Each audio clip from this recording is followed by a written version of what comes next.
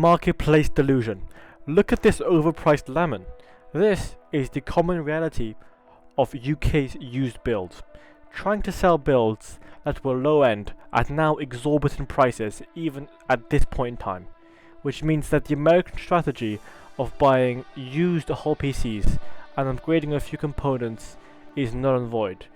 If you want to build your own PC here, you need a meta, as I mentioned in the last video. So, we've all seen those posts, right? People finding 4060s for 15 bucks in a thrift store, or the garbage man finding a Threadripper PC in a bin. Unfortunately, all we get are potato builds at insane prices. But why? Well, first and foremost, it's supply and demand.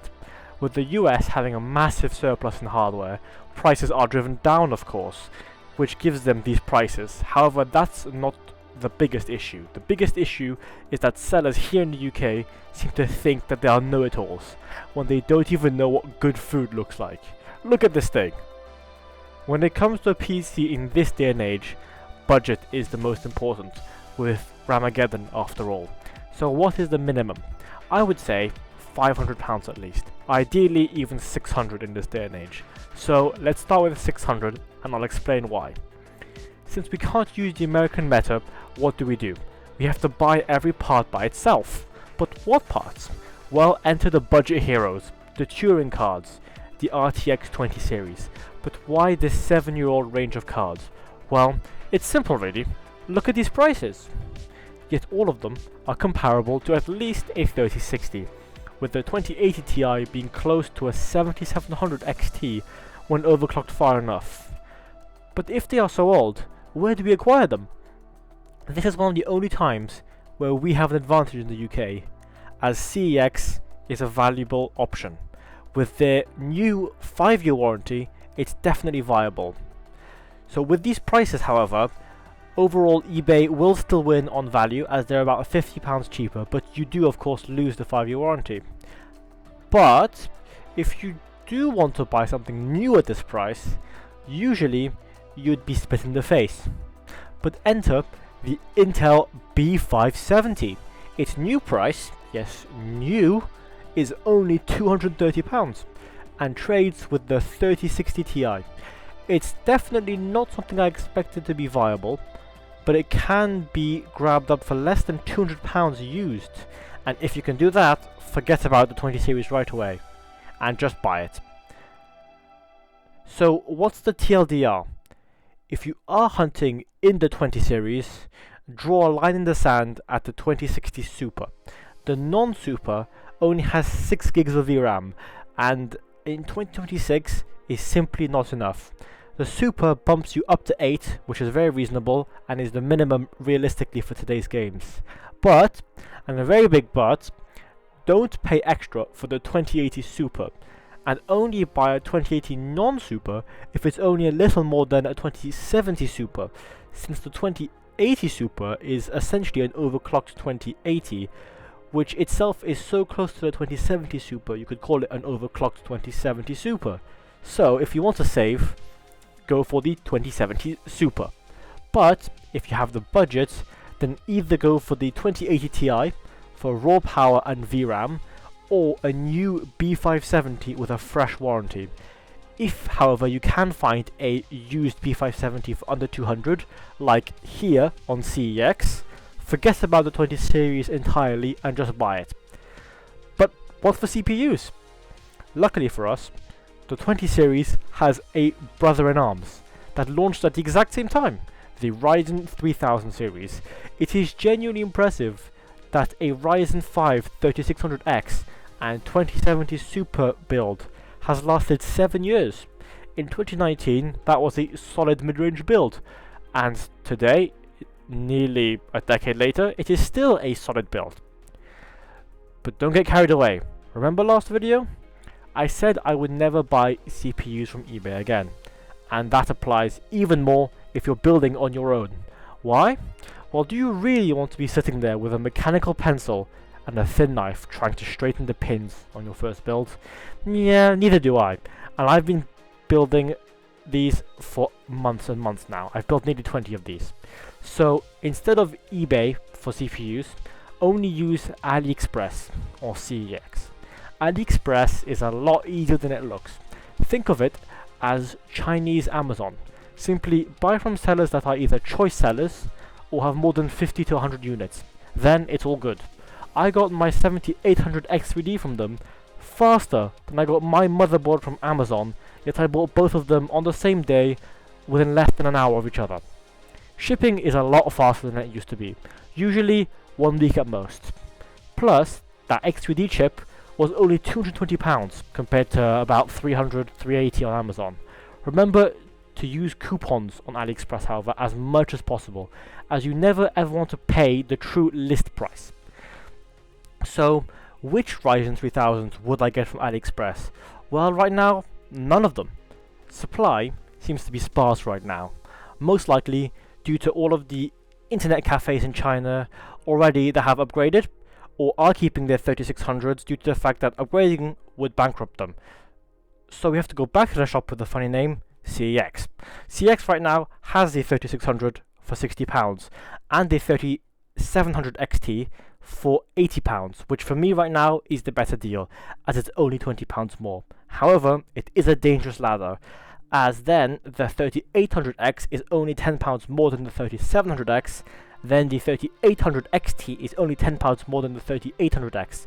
But don't be fooled, the 3800X is nothing but a 3700X with PBO pre-enabled from the factory, and at its £100 price on CEX, without shipping, you might as well go back to AliExpress for a 5600X, which is available quite readily right now, around £110 with a small coupon, close to 100 even with a better coupon, which crushes the 3800 XT by 20% on gaming, and it's more efficient.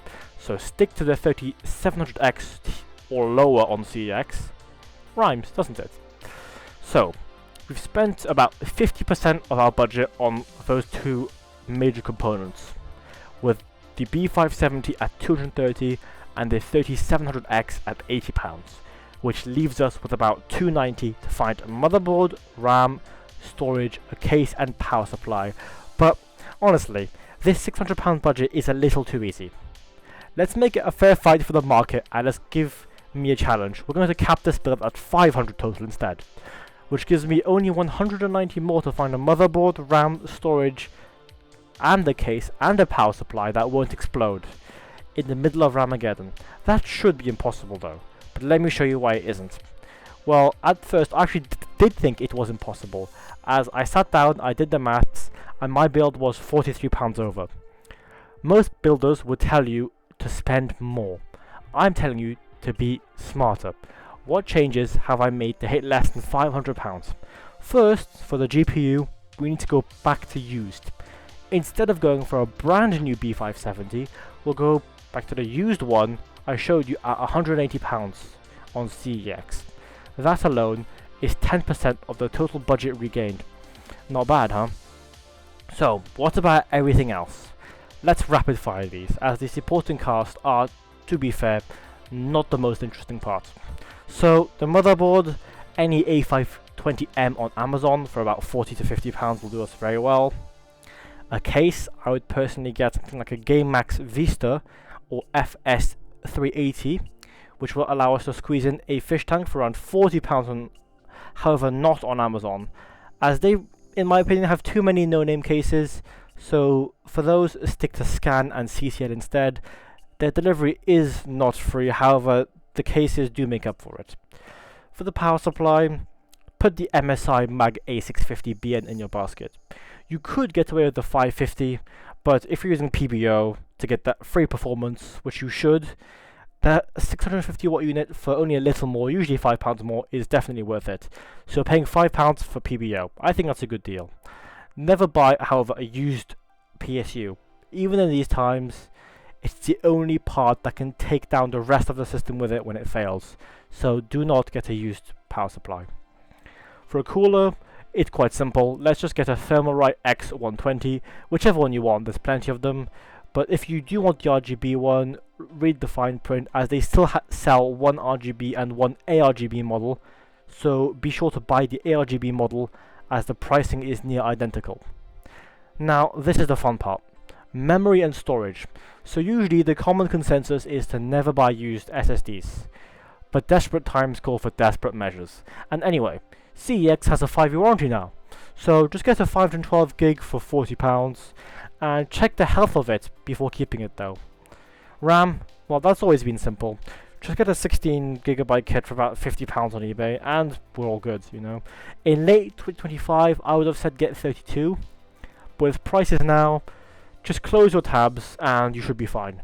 I am a tab holder. I have more than 20 tabs open at once, and the Steam voice call, and Spotify. Sometimes I even forget to close DaVinci, and I still barely use 18GB. I'm sure that 16 is enough if you are smart, unlike me anyway. Finally, the operating system. We have 4 choices here. You could either pay the full retail price, which is a fail. You could install it for free, leave it unactivated, and learn to live with the watermark, which is fine really, it's just a watermark. You could get a key for £10 or less on a site like Royal Keys, CD Keys. I'm sure you know the drill, they're all good value. Or, if you happen to be good at following instructions on GitHub and know your way around PowerShell, there are different methods, but you didn't hear that from me. Building a PC in the UK right now feels like an unfair fight.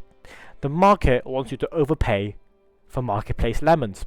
But if you stick to the meta I just explained, the 7-year-old Duo, the CEX warranty, and smart budgeting on the supporting cast, you are turning the tables. Remember, it should never be a fair fight. Aesthetics are standard and value is paramount. I will see you in the next video where I go through my 2026 sales so far and walk you through them, just like last time. See ya.